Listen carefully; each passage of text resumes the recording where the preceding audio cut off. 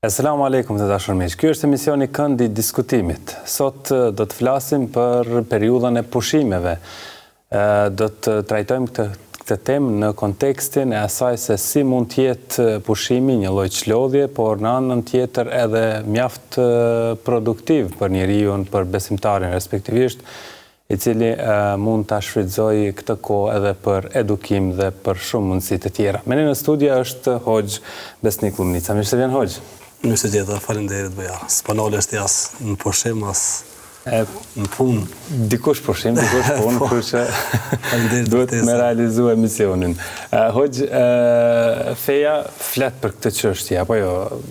Por si e sheh konceptin e pushimeve, feja islame? Bismillah, salatu wassalam ala rasulillah. S'ka dyshim se feja flet për të gjitha gjërat që janë në shërbim të njeriut, dhe këtë ka dëshmu Allah Azza wa Jall në jetën që ka zbrit në Arafat, që është plotësuar feja dhe rrjedhimisht pra i trajton të gjitha temat që i duhen njeriut dhe janë të mirën e njeriut dhe në dobinë e tij.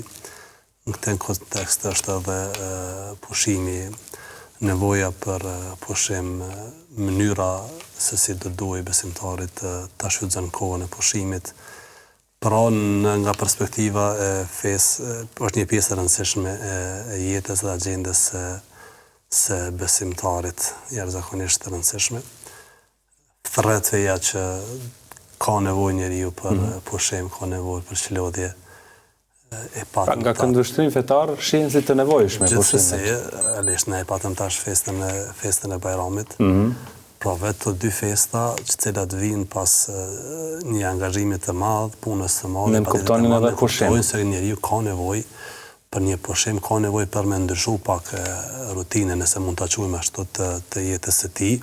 Ka nevojë edhe për relaks, por ka nevojë edhe për kanjëherë me ndryshu pozicionin në mënyrë që të rikthehet pak më i relaksuar, më i fuqishëm në agjendën e tij.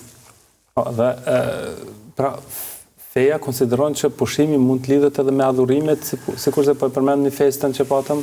S'ka dyshim, realisht krejt jeta e besimtarit është adhurim.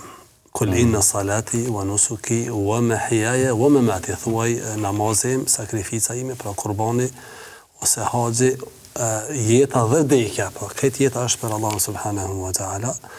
Pastaj s'kam krijuar tjetër për të njerëzit e gjendë vetëm që të më adhurojnë, pra besimtari mund ta shndrojë jetën e tij në tënësinë në adhurim, sikurse thoshte njëri prej sahabeve, ashtu siç e llogariti faljen ibadet, ashtu e llogariti edhe pushimin, gjumin ibadet, sepse besimtari edhe kur pushon me niyet që të forcohet, me niyet që të bëhet më i dobishëm ose të bëhet më aktive kështu me radhë.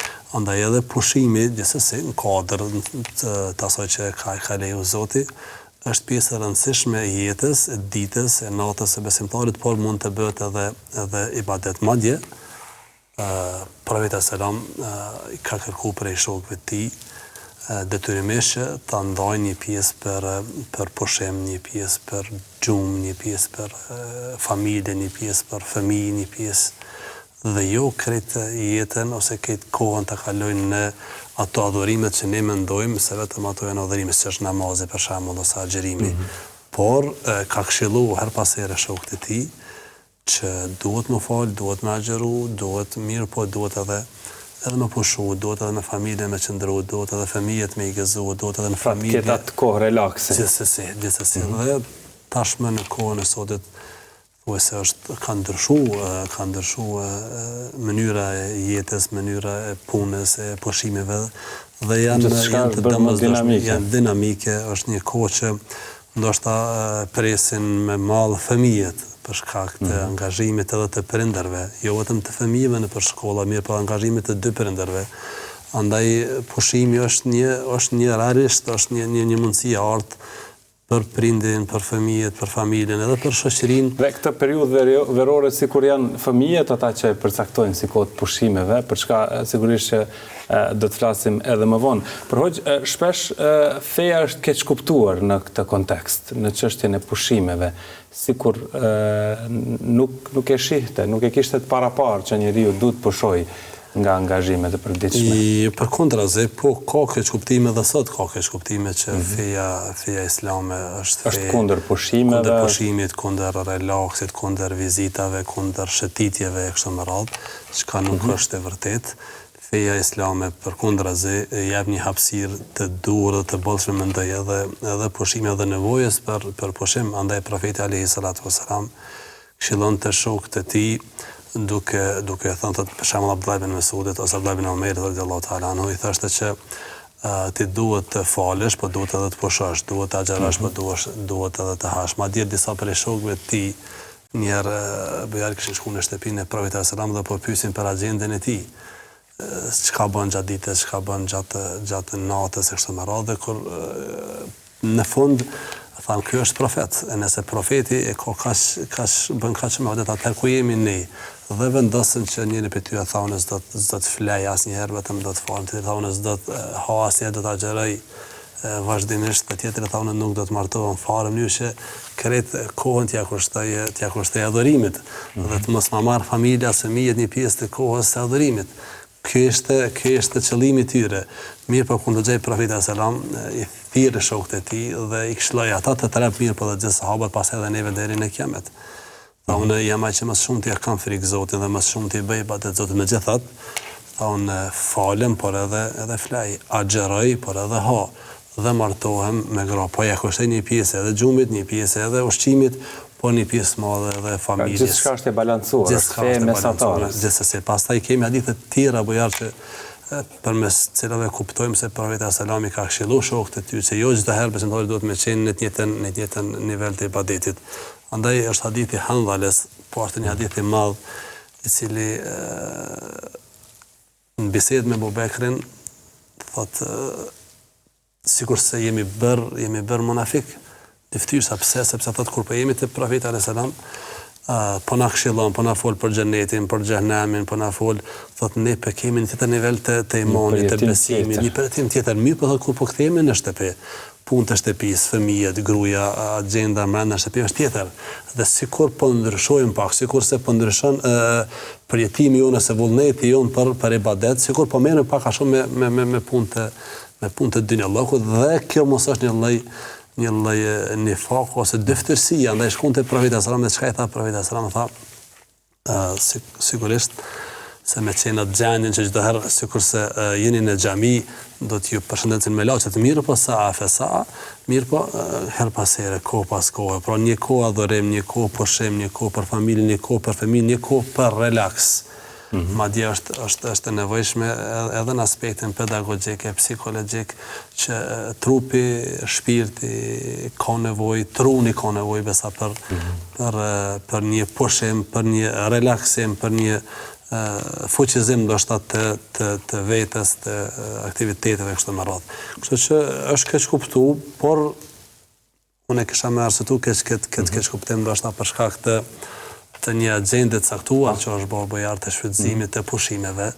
Pra është kjo mënyra e të pushuarit që bëhet në forma të gabuara, që feja pastaj i kritikon? Mendoj që këtu është ndeshur sikur feja po kritikon gjithë pushimin. Nuk e kundërshton, nuk e ndalon pushimin asnjëherë. Gjithsesi, ku gabojnë njerëzit hoxh? Feja orienton që edhe pushimi tjetë i dobishëm, tjetë produktiv, tjetë në dobinë të fëmijëve, dobinë e familjes, dobinë e shoqërisë. Përkundër që është pushim, prapë të shfrytëzohet nga se është një kohë e çmuar dhe koha në fe çmuohet shumë dhe çdo minutë është i shtrajt, çdo frymëre madje në fen tonë është e shtrajt. Kështu feja çmon njeriu dhe kohën e tij. Andaj ka dëshirë dhe orienton dhe stimulon që të shfrytëzohet koha në përgjithësi. Ani pse është pushim, sepse ka disa aktivitete të cilat edhe ofrojnë relaks pushim për njeriu, mirë po janë prapë të dobishme, por njeriu nuk humb për kohën e tij asgjë. Dhe ku është kritika? Ku ndodhen ato gabimet? Ka disa gabime ose disa shprehje të gabuara që janë bërë që duke menduar se vetëm kështu shfrytëzohen pushimet. Për shembull, duke mos pas një agjendë të qartë të pushimeve, për shembull, nxënësit e shkollave të mesme vetëm janë në pushim që një javë tepër, por parafërsisht i vjen 3 muaj pushim. 3 muaj janë shumë të mëdha. është një kohë jashtëzakonisht e gjatë. Nëse nuk ka ndonjë agjendë të shfrytëzimit, planifikim, pra gabimi i parë që nuk bëhet planifikim brenda në familje, brenda në xhami, në institucion, në kështu më qysh do të shfrytëzohen ata ajo kohë, domethënë shfrytëzimi i kohës ose mos planifikimi i kohës. E dyta është shfrytëzimi i pushimit në atë që Zoti nuk e ka dëshirë. Nuk e ka dëshirë në shkollë. Ky është një gabim tjetër.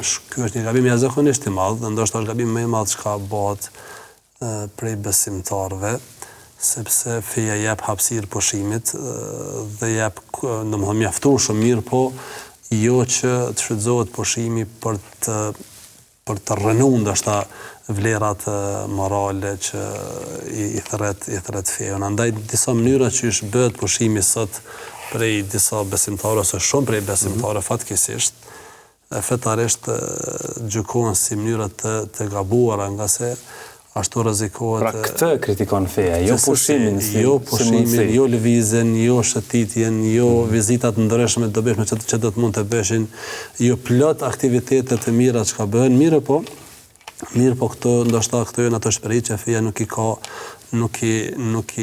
i pëlqen gjithsesi dhe nga kjo ndoshta ka rrjedh ajo kuptimi se feja është kundër pushimit. Pra feja themes është kundër pushimit që është në dëm të njeriut dhe lëndon imazhin, fen, moralin, imanin, devotshmërinë e kështu me radhë të besimtarit. Nuk jam pak, për shembull, të kalohen ditë caktuara në vende, në ambiente që Zoti nuk ka dëshirë që besimtarët xhinet ato. Ato gjithsesi se ndikojnë negativisht tek besimtari. Andaj prej gabime po ashtu është që nuk shfrytëzohen bollshëm këto ditë ose ky pushim në aktivitetet dobishme që do të ktheheshin në dobi të fëmijëve, në dobi të familjes, e ka boll ose ka një mëri aktivitete që do të duhet besimtarit të ketë në agjendën e tij që të shfrytëzon ose të realizoj pikërisht në kohën e pushimeve. Dhe hoq, është bot kuptim shumë i kufizuar të mendohet se pushimi është i vlefshëm vetëm nëse kryhet në bregdet? Sigurisht se po. Është jashtëzakonisht i kufizuar, madje ndoshta edhe i devijuar si koncept. Pushimi është shumë i gjerë dhe ka shumë hapësirë që njeriu të zhvillojë pushimet e tij, edhe të pushoj, por të bëj pushimet në vende të ndryshme, qoftë në natyrë, qoftë në vizita, qoftë për shembull në umre, pse mos shkohet kush ka mundësitë. Është jashtëzakonisht mundësia art që të shfrytëzohet pushimi për një vizitë shtëpi Zotit xhallahu me familje, nëse ka mundësi, pastaj edhe aktivitete të ndryshme nëpër natyrë, nëpër vizita të qyteteve të ndryshme, vizita vendeve të ndryshme, vizita familjarëve, të mos i presim vetëm ne këtu kur beqartë që shkojmë edhe në ata shka mundemi me shku. Andaj është mundësi, mendoj që është ose ka hapësirë, jashtëzakonisht shumë që besimtari vërtet edhe me zhvillu pushim, po edhe mos me hidhur Zotin. Kjo është shumë e rëndësishme dhe ka mundësi të shumta. Kosova ofron vendet për rreth nesh, ofrojnë mundësi të shumta edhe brenda në Kosovë, edhe në Shqipëri, edhe në vende tjera, qoftë në Ballkan, qoftë në Evropë. Ka mjaftuar shumë hapësirë dhe vende që besimtari mundet ose njeriu në përgjithësi mundet me dalë në pushim, mundet me shfrytëzu, madje në raste të caktuara edhe ujin, mirë po duke mos të i kalu ato kufjet që Zoti xhallahu ala i ka caktuar për besimtarin. Pra konsideroni që një strategji e mirë mund t'i bëj pushimet jenë më të dobishme. Gjithsesi edhe duhet ta bëjmë një strategji, por duhet të investojmë dorën zemër, por ja duhet të investojmë edhe ne si musliman më tepër. Pra duhet të ofrojmë alternativa më shumë njerëzve, besimtarëve, që këto pushime të shfrytëzojnë në ato që nuk bien ndesh me mësimet ose me parimet e tyre. Ka, po ofrohen alternativa, mirë po ndoshta ose janë të kushtueshme ose janë të paarritshme për shumicën e besimtarëve, por me një vetëdisim, ndoshta me kalimin e kohës, edhe me një vetëdisim të besimtarëve, edhe të shoqërisë përgjithësi, mendoj që ka hapësirë dhe të ketë hapësira më të mira që të shfrytëzojmë pushimet, edhe të relaksohemi, edhe të kalojmë pushimet të bukura, mirë po që është më rëndësishme pastaj edhe të mos i shkelim parimet tona, mësimet tona dhe të mos ndikoj që pushimet tona ta hidherojnë Allahun subhanahu wa taala, që do të ishte mendoj jashtëzakonisht dëmshme dhe gabim. Ja, hoqë, i përshkruat pak ato orientimet që Muhamedi a.s. u dha besimtarëve se si duhet ta kenë kuptimin e qartë për jetën, duke përfshirë këtu edhe kohën për të relaksuar. Bënte pushime të organizuara Muhamedi a.s., aktivitete argëtuese?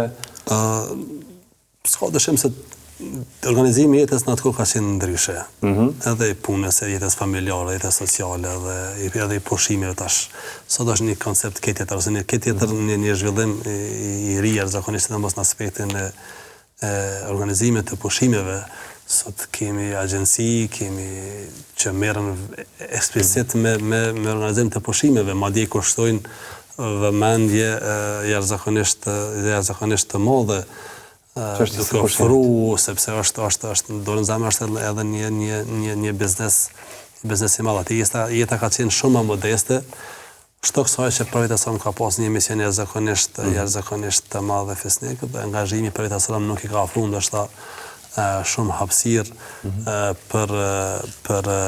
për pushime, përkundër angazhimit të madh që ka pas, përkundër aktivitetit të madh që ka pas. Shitje me familje. Kishte domethënë aktivitete të cilat përmes të cilave ai foste një farë lloj relaksi dhe pushimi dhe kënaqësie në familjen, në mesin e familjarëve të tij. Për shembull, bënte gara me bashortet e tij, me Aisha radhiyallahu anha. Njëherë Aisha i doli para pra e mundi Profetit sallallahu herën tjetër Profeti sallallahu është transmetuar që në garë me Aishën e mundi Profeti sallallahu dhe i tha tilke bitil, kjo është për ato kthyse. Po pastaj në bajrame zhvillohen aktivitete relaksin që në xhamie të ndryshme.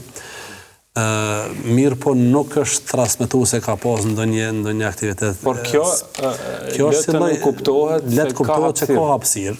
Edhe kjo është e rëndësishme për ne, por ka hapësirë dhe duhet krijoj hapësirë besimtari, pastaj luante me ka transmetime që luante me nipërt e tij, me Hasanin dhe me Husejnin, i ofronte aty lumturi e kështu me radhë. Pra Profeti sallallahu na ka ofruar disa shembuj që ne realisht duhet të marrim si sinjale që ka hapësirë dhe feja jonë na lejon që të bëjmë një lloj pushimi me familje, me fëmijët, një lloj ndryshimi të ambientit, ndoshta serioz ose agjendës që ka shkolla, që ka puna për 9 ose 10 muaj. E që në rrethana tona pothuajse për secilin është e mundshme. Gjithsesi është e mundshme, madje bujar është edhe nevojshme. Mendoj se edhe jeta dinamike, presioni, depresioni të shumica për njerëzve, stresi i madh që ka njerëz e bën të domosdoshëm ndoshta një lloj pushimi ose një lloj ndryshimi të agjendës ose të rutinës të besimtarit. Patjetër, sepse vërtet jemi duke jetuar në një kohë e mbushur me stres, me dinamik, me zhvillime të mëdha, me ndryshime të mëdha, madje edhe ndoshta na mungon edhe komunikimi i duhur, i mjaftueshëm mes anëtarëve të familjes, po flasim mes rrethet më të gjera. Andaj është pushimi jashtëzakonisht një mundësi shumë e artë që besimtari më shfrytëzu edhe në këtë aspekt. Edhe për çlodhje, edhe për të realizoj vizita me ata që nuk ka dreka, dorka, vizita, ardhje, shkuarje, dalje në piknik, dalje në natyrë, qëndrim me një mbujtje në përbujtina të ndryshme, për shembull që janë nëpër vende e kështu me radhë. Pra ka një mori aktivitetesh që janë halal, kushtimisht me thonë, ose të lejuara, por që nuk bien ndesh me parimet tona, mësimet tona fetare, dhe të cilat ofrojnë mjaftueshëm atë nevojën që ka njeriu për çlodhje, për relaksim, për pushim.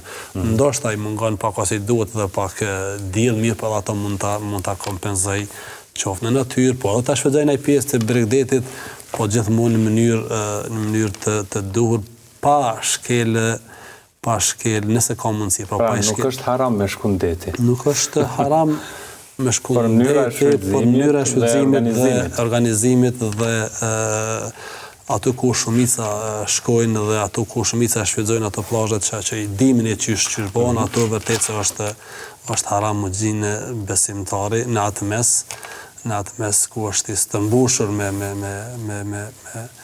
me njerëz, burra, gra, kështu me radhë, s'po du tash me hinë në detaje, mirë, për në ato meset të tilla, feja nuk shes që besimtari duhet me qenë ato. Andaj ndoshta ka njëherë besimtari lën ndoshta një pjesë të nevojës së tij që ka për diellin, për rrezet e kështu me radhë, për shkak të ruajtjes së zemrës, shiqimit, devotshmërisë, imanit e kështu me radhë.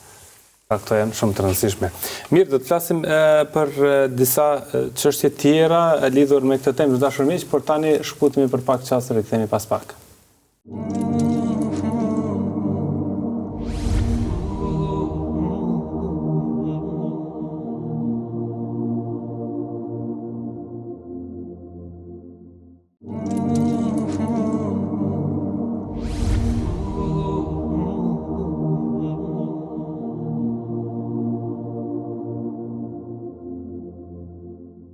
Dashur miq, po shoqëroni me emisionin Këndi i Diskutimit, po flasim me Hoxhën Besnik Llumnica lidhur me mundësitë që mund të shfrytëzojmë nga pushimet. Ndërkohë do të ndaleshim pak tek çështja e shfrytëzimit të pushimeve për rikthimin apo ripërtrirjen e raporteve mes familjarëve, farefisit e kështu me radhë. Sepse zakonisht njerëzit i dëgjojmë të ankohen se thon për shkak të dinamizmit të madh, për shkak të punëve të shumta, nuk mund të mbajmë lidhje farefisnore. Është pushimi pikrisht kjo mundësi për të kthyer këtë lidhje? Po, gjithsesi njëra prej mundësive për ta shfrytzuar mundësi produktive, pra për ta shfrytzuar pushimin është edhe kjo fuqizimi i lidhjeve familjare farefisnore. Edhe për shkak të kohës, pra njerëzit janë pak më të lirë, fëmijët janë në pushim, por edhe një pjesë e madhe e besimtarëve edhe pushimin e tyre prindërit, pra dhe pushimin një pjesë të tyre ruan ose një pjesë të tij pikërisht në këtë kohë të verës, për shkak që të kenë hapësirë të mjaftueshëm që ta shfrytëzojmë bashkërisht si familje, por edhe për shkak të prezencës së diasporës. Pra thuajse të gjithë jemi në këtë kohë, në një kohë dhe në një vend, të gjithë jemi afër. Andaj është domosdoshme kjo kohë që të shfrytëzohet për lidhjet, fuqizimin e lidhjeve farefisnore. Jashtëzakonisht e domosdoshme. Kjo është njëra prej atyre mënyrave që shfrytëzimi të bëhet pra ibadet.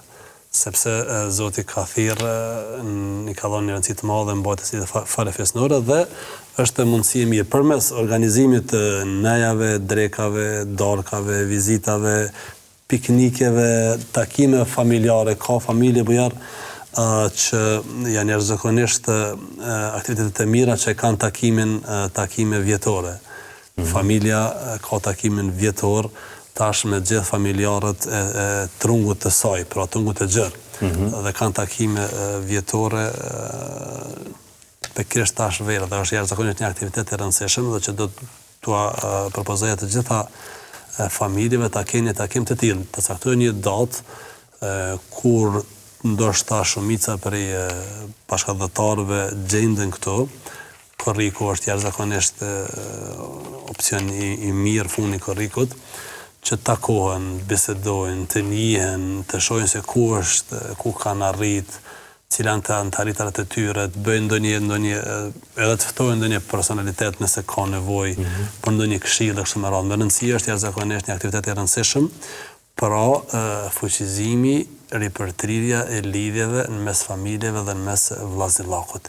Jashtëzakonisht e rëndësishme, sidomos në kohën e sotit kur vrehet një zbehje e këtyre lidhjeve, qoftë me arsye ose pa arsye. Pra arsyeja që ju përmendë se nuk po kemi kohë, po jemi zonë me punë, kretën për puna, në rregull, tash është koha e pushimeve, por një pjesë të pushimeve do t'i kushtohet edhe familjes, edhe vllazëllakut, edhe fëmijëve, mënyrë që të ripërtrihen raportet dhe lidhjet me ta.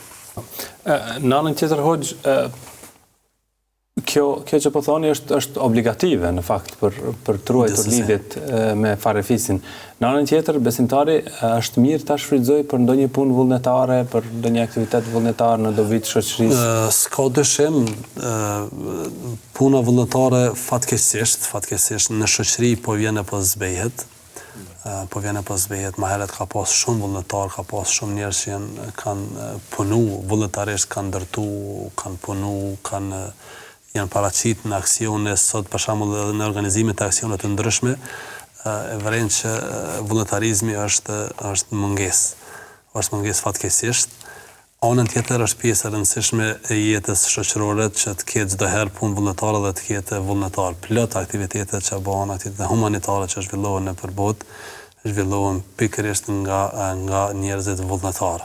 Madje ata shpenzojnë prej parave të tyre personale, mbledhin të bëjnë ndoshta gjatë tërë vitit, në që kur të vjen pushime ata dalin dhe t'ju shërbejnë komuniteteve të ndryshme, njerëzve që në nevojë e kështu me radhë. Ndoshta ne nuk jemi ose nuk po thrasim për një entitet të tillë, mirë po do duhet që të organizohemi brenda në lagje, brenda në fshat, brenda në qytet, që disa gjëra që na mungojnë ti plotsojmë, ti rregullojmë, ti përmirësojmë, të bëjmë investime qoftë brenda në shkollë, në xhami, në rrugë, në lagje, në park e kështu me radhë, varrezat për shembull e kështu me radhë, mënyrë që ka nevojë për një investim ose ndërhyrje dhe punë, por edhe aktivitete të tjera që kërkojnë vullnetar. Vullnetar do të ishte mirë, për shembull, të kishte edhe në aspektin akademik, edukativ, të ketë mësues, të ketë arsimtar, të cilët vullnetarisht mendoj që ka mirë, po ndoshta na mungon organizimi që gjatë tyre kohës pushimeve të organizohen kurse falas, kurse plotësuese që janë shumë të rëndësishme për një pjesë të madhe të nxënësve. Por edhe kurse do doja të ndaleshme që fëmijët që të mos shkputen krejtësisht prej çështjes së mësimit. Janë pyetje 2 muaj gjysmë ose 3 muaj, janë jashtëzakonisht një periudhë shumë e gjatë. Andaj shkputja totale e fëmijëve nga aktiviteti edukativ dhe arsimor është jashtëzakonisht e dëmshme për fëmijët, është jashtëzakonisht e dëmshme. Realisht një shkputje totale ata mund t'i kthejnë në nivelin 0 ose në nivelin fillestar të njohurive të tyre. Andaj do duhet që ky boshllok ose ky pushim të mbushet me gjëra tjera të dobishme, ndoshta me disa aktivitete dhe njohuri që ju mungojnë ndoshta gjatë fazës së mësimit. Andaj patjetër që prindërit duhet t'ju bëjnë një agjendë fëmijëve të tyre për kurse, për lexim librash, për mësim plotësues, kurse aftësuese. Njëri për 3 muaj mundet me mësu një zanat, e besa me qenë kogja i hull dhe impret mundet me mësu ndoshta edhe një gjuhë të huaj, mundet me mësu kogja një pjesë të madhe të Kur'anit. Ka hafëzllar të cilët dalin, ndoshta janë këto pak raste më ekstreme ose më të rralla, mirë po ka që me një angazhim të madh për 3 muaj ditë mëson jashtëzakonisht shumë prej Kuranit për shembull, ose mëson një pjesë të madhe të haditheve, ose mëson një pjesë të madhe të njohurive fetare.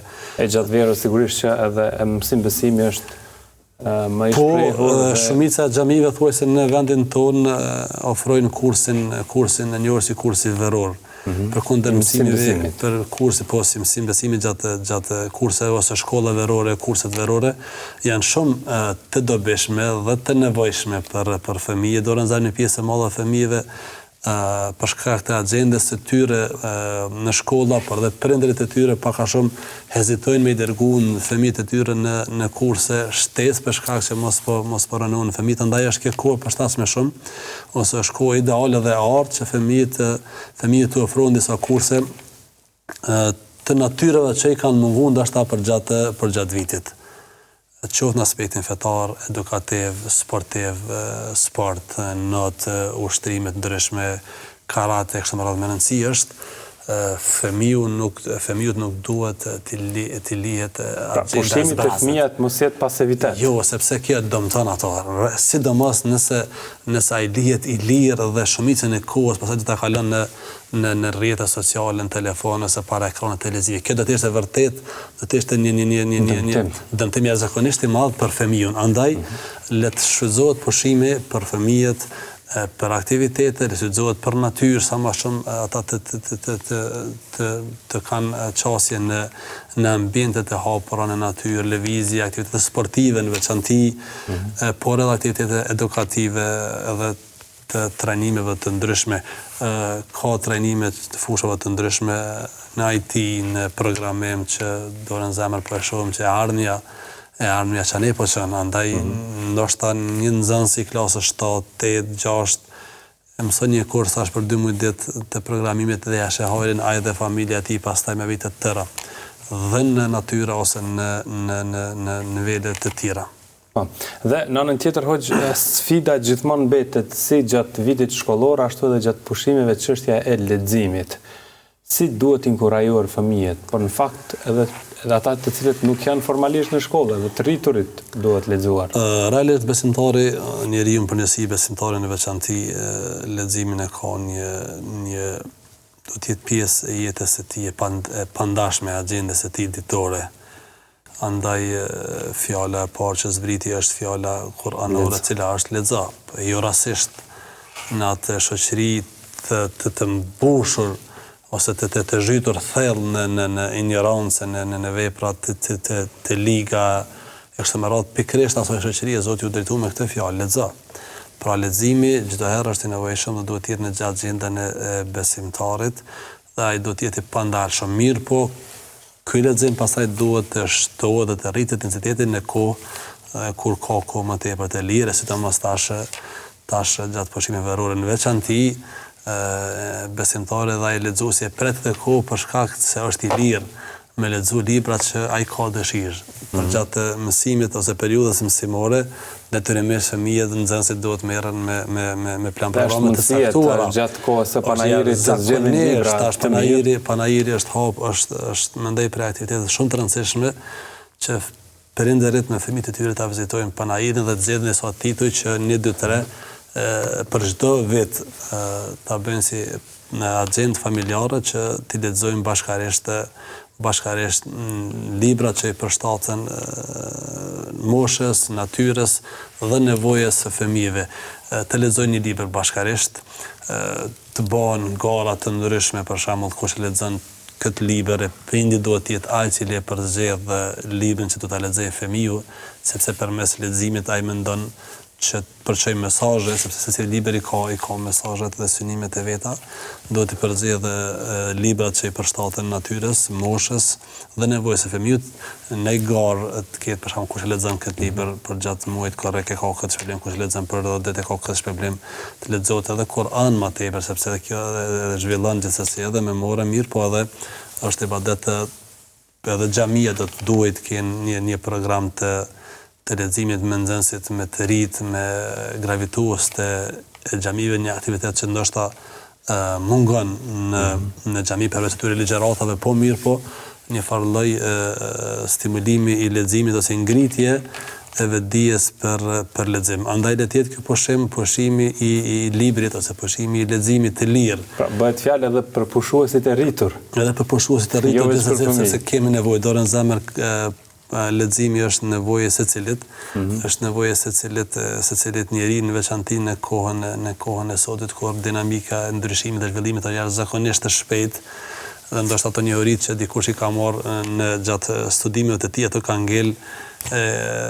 ngel ndoshta pa nevojshme me zhvillimet, trendi po ndryshon, zhvillimet po ndryshojnë, agjenda po ndryshon, kushtet po ndryshojnë, teknologjia po ndryshon, rrethonat po ndryshojnë, sfidat po ndryshojnë dhe besimtari duhet të jetë vazhdimisht, duhet të jetë i përgatitur për të ballafaqur me realitetin që ai do është duke jetu. E kjo më së miri bëhet përmes leximit, jo të nështrohemi totalisht asaj që na ofrohet përmes videove të shkurta në TikTok ose në rrjeteve sociale.